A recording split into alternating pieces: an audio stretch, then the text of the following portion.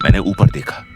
वो रोहन नहीं था, एक बूढ़ा आदमी था। सफेद बाल, झुर्रियों भरा चेहरा, आंखों में वो थकावट जो सालों की हो, लेकिन उसकी निगाह तेज थी, बहुत तेज। और वो मुझे देखकर जैसे राहत की सांस ले रहा था। उसने इंतहाई धीमी आवाज में कहा, उठो, आवाज मत करो, मेरे साथ आओ। अगर आप वाकई असली और खौफनाक कहानियों के शौकीन हैं, तो अभी इस वीडियो को लाइक करें और चैनल को सब्सक्राइब कर लें। आपका एक क्लिक अगली कहानी को हकीकत बनाता है। चलें, अब इस कहानी को वहीं से आगे बढ़ाते हैं जहां असल खौफ शुरू होता है। मेरे पास सोचने का वक्त नहीं था। रोहन की टॉर्च की रोशनी पीछे जंगल में कहीं हरकत कर रही थी, करीब आ रही थी। मैं उठा और उस बूढ़े आदमी के पीछे हो गया। वो जंगल के किनारे से हटकर एक तरफ को चला, न ऊपर न नीचे, बल्कि पहाड़ की ढलान के साथ साथ जहां चट्टानें थीं और दरख्त थोड़े कम घने थे। वो बगैर टॉर्च के चल रहा था, जैसे उसे इस जंगल का हर पत्थर, हर जड़, हर मोड़ अजबर हो। तकरीबन 5 मिनट चलने के बाद वो एक बड़ी चट्टान के पीछे रुक गया। चट्टान के नीचे एक तंग सी जगह थी, काफी नहीं कि खड़ा हुआ जा सके, लेकिन बैठने के लिए काफी। वहां एक पुराना कंबल था, एक टूटा हुआ लालटेन और एक छोटा बैग। कोई यहां रहता था।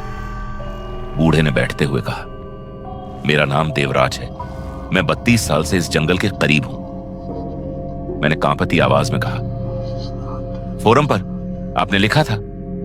उसने हां में सर हिलाया। देवराज ने बताया, लेकिन बहुत कम अल्फाज में, जल्दी जल्दी, क्योंकि वक्त नहीं था। 1994 में वो भी 3 दोस्त थे। वो भी इसी जगह आए थे, वो भी कैंपिंग के लिए, और उस रात भी यही हुआ था।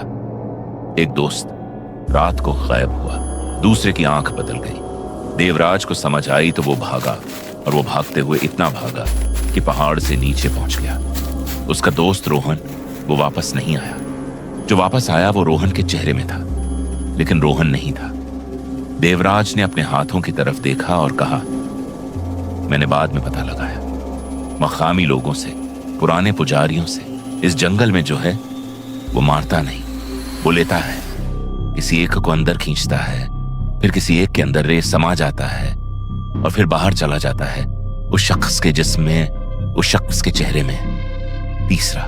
तीसरा गवाह रहता है। वो वापस आता है, लेकिन उसे कोई यकीन नहीं करता।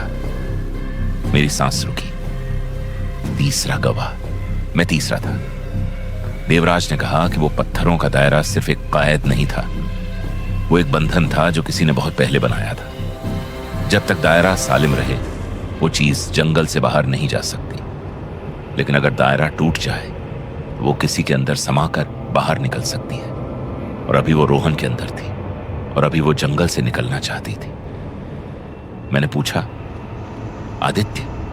देवराज के चेहरे पर जो तास्सुर आया वो जवाब था। आदित्य को दरवाजा बनाया गया था, उसे पहले खींचा गया। उसे इसलिए बुलाया गया कि वो दायरा तोड़े। शायद उसे एहसास भी ना हुआ कि उसने क्या किया। शायद उसे पता भी नहीं था कि उसके नंगे पैर दायरे के पत्थरों तक गए और उसे बिखेर आए। देवराज ने आहिस्ता से कहा, आदित्य का खोल वहीं है, दायरे के पास, लेकिन आदित्य वहां नहीं है। मेरी आंखें जल गईं, लेकिन रोने का वक्त नहीं था। देवराज ने कहा कि एक रास्ता है, सिर्फ एक, दायरा दोबारा बंद करना होगा। पत्थर वैसे ही रखने होंगे जैसे थे, और उसके अंदर जो चीज है उसे अंदर होना चाहिए, यानी रोहन, जिसमें वो समाई हुई है, उसे दायरे में लाना होगा, और फिर दायरा बंद करना होगा। मैंने कहा, रोहन अंदर जाएगा क्यों? देवराज ने कहा, वो नहीं जाएगा, उसे ले जाना होगा। मैंने उसकी तरफ देखा। उसकी आंखों में वो जवाब था जो मैं सुनना नहीं चाहता था। देवराज ने बहुत धीमे से कहा, 32 साल में मैंने सोचा है कि अगर कभी मौका मिला तो मैं ये ठीक करूंगा। वो गलती जो 1994 में हुई, जब मैं भाग आया और रोहन को इस चीज के साथ छोड़ गया। हम दोनों उस चट्टान के पीछे से निकले। जंगल में टॉर्च की रोशनी अभी भी हरकत कर रही थी। रोहन हमें ढूंढ रहा था, लेकिन वो हम तक नहीं पहुंचा था। शायद उसे अभी हमारी जगह मालूम नहीं थी। देवराज के पास एक मोटी रस्सी थी और एक लंबी लकड़ी जो उसने पहले से तैयार रखी थी, 32 साल से तैयार रखी थी। मंसूबा यह था देवराज रोहन को ललकारेगा और उसे दायरे की तरफ ले जाएगा। मैं पत्थर उठाऊंगा और दायरा बंद करूंगा। मैंने कहा, और आप? देवराज ने जवाब नहीं दिया। हम उस जगह की तरफ चले जहां दायरा था। देवराज को रास्ता मालूम था। वो सीधा गया। कोई भटकाव नहीं, कोई दायरा नहीं। उसने मुझे बताया कि जंगल भटकाता नहीं, वो चीज भटकाती है। जब तक वो चाहे, आप अंदर हैं। जब रास्ता दिखाना चाहे, रास्ता दिखता है। हम 5 मिनट में उस जगह पहुंच गए। दायरा वहीं था, पत्थर बिखरे हुए, राख ठंडी, अंधेरा गहरा। मैंने देखा दायरे के बीच में, राख में आदित्य लेटा हुआ था। मैं उसकी तरफ भागना चाहता था। देवराज ने मेरा बाजू पकड़ा और कहा, मत जाओ, वक्त नहीं है, पत्थर उठाओ। मेरे हाथ कांप रहे थे, लेकिन मैंने पत्थर उठाना शुरू किया। बिखरे हुए पत्थर जो दायरे की शक्ल में लगे थे, वो भारी थे, नाहमवार थे। मैं एक एक करके उन्हें वापस रखने लगा, वहां जहां उनका निशान था। फिर देवराज ने खड़े होकर जंगल की तरफ मुंह किया और ऊंची आवाज में कहा, मैं यहां हूं। टॉर्च की रोशनी रुकी, फिर पलटी और इस तरफ आने लगी। मैंने तेजी से पत्थर रखने शुरू किए। दायरे का आधा हिस्सा बन गया था, अभी आधा बाकी था। रोहन दरख्तों से निकला, टॉर्च हाथ में, वही सपाट चेहरा, वही गैर फितरी चाल। उसने देवराज को देखा और एक लम्हे के लिए रुका। देवराज ने कहा, तुम मुझे पहचानते हो? तुम जानते हो मैं कौन हूं? रोहन ने देवराज को देखा और उसकी मुस्कुराहट मिट गई। पहली बार मुकम्मल तौर पर मिट गई। उसके चेहरे पर कुछ और आया, जो गुस्सा नहीं था, जो खौफ नहीं था, बस एक पुरानी पहचान की वहशत। देवराज ने कहा, मैं वो हूं जो 32 साल पहले भाग गया था, आज नहीं भागूंगा। रोहन आगे बढ़ा। देवराज ने एक कदम पीछे लिया, दायरे की तरफ। मैं घुटनों के बल जमीन पर था, हाथों से पत्थर रख रहा था, उंगलियां जमीन की ठंडक से सुन्न हो रही थी। दायरा 3/4 मुकम्मल हो गया था। रोहन ने तेज कदमों से आगे बढ़ना शुरू किया। देवराज ने और पीछे कदम लिया। अब वो दायरे की अधूरी लकीर के करीब था। मैंने आखिरी 3 पत्थर उठाए। रोहन ने देवराज की तरफ हाथ बढ़ाया। देवराज ने वो लंबी लकड़ी आगे की और रोहन का हाथ पकड़कर पूरी ताकत से उसे अंदर खींचा, अपनी तरफ, दायरे के अंदर। रोहन लड़खड़ाया और कदम अंदर आया। मैंने आखिरी पत्थर रखा। दायरा बंद हो गया। जो उसके बाद हुआ, मैं उसे पूरी तरह बयान नहीं कर सकता। इसलिए नहीं कि मुझे याद नहीं, इसलिए कि कुछ चीजें जबान में नहीं आती। रोहन दायरे के अंदर खड़ा था और देवराज भी उसके साथ अंदर था। रोहन के जिस्म में कुछ हुआ। वो लंबी शक्ल जो उसके अंदर थी, उसे निकलना था। पत्थरों का दायरा बंद होने पर जैसे कोई बेड़ी पड़ गई हो, वो शक्ल रोहन के जिस्म से अलग होना चाहती थी। रोहन गिरा जमीन पर, राख में, आदित्य के पास, और वो शक्ल, वो लंबी गैर फितरी शक्ल दायरे के अंदर खड़ी हुई और फिर वो बैठ गई, आहिस्ता, जैसे थक गई हो, जैसे कोई लंबे सफर के बाद बैठ जाए। देवराज दायरे के अंदर खड़ा था, उस शक्ल के साथ। उसने मेरी तरफ देखा। देवराज ने आहिस्ता से कहा, जाओ करण, अभी जाओ, रुको मत। मैंने कहा, आप? उसने मुस्कुराया, असली मुस्कुराहट, वो मुस्कुराहट जो आंखों तक पहुंचती है। उसने कहा, मैं 32 साल पहले भाग गया था, आज नहीं जाऊंगा। मैंने रोहन की तरफ देखा। वो जमीन पर था, आंखें बंद, सांस चल रही थी। मैंने उसे उठाया, बाजू मेरे कंधे पर डाला और हम चलने लगे। रोहन के कदम लड़खड़ा रहे थे।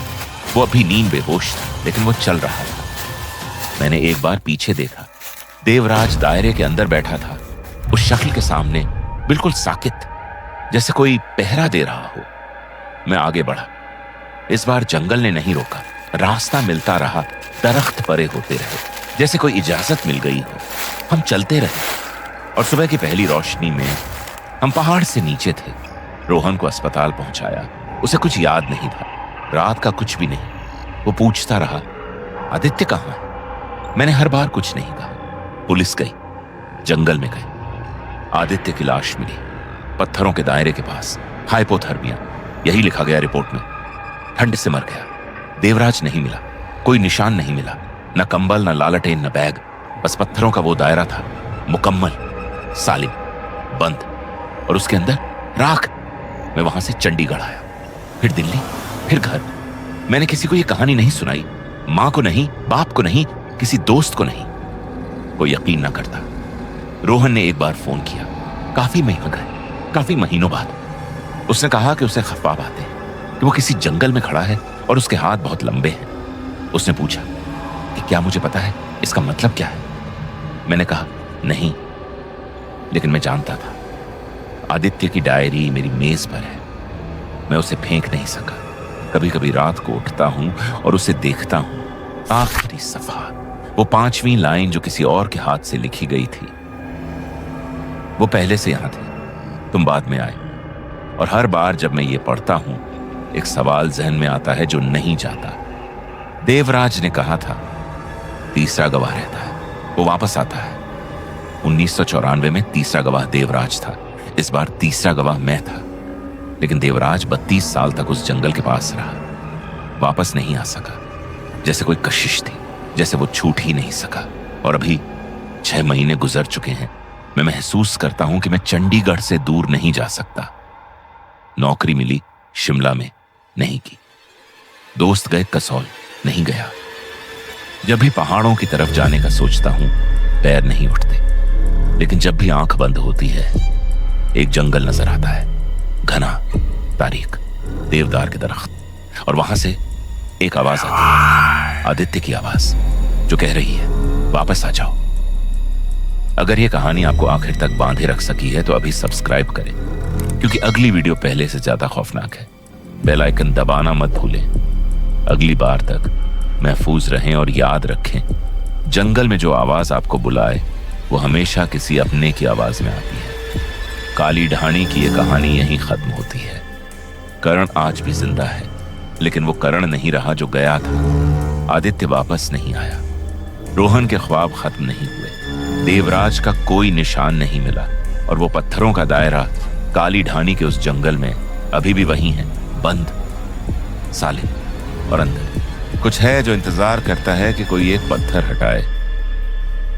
ये कहानी मुकम्मल हुई और इस कहानी का कोई हिस्सा बाकी नहीं रहा।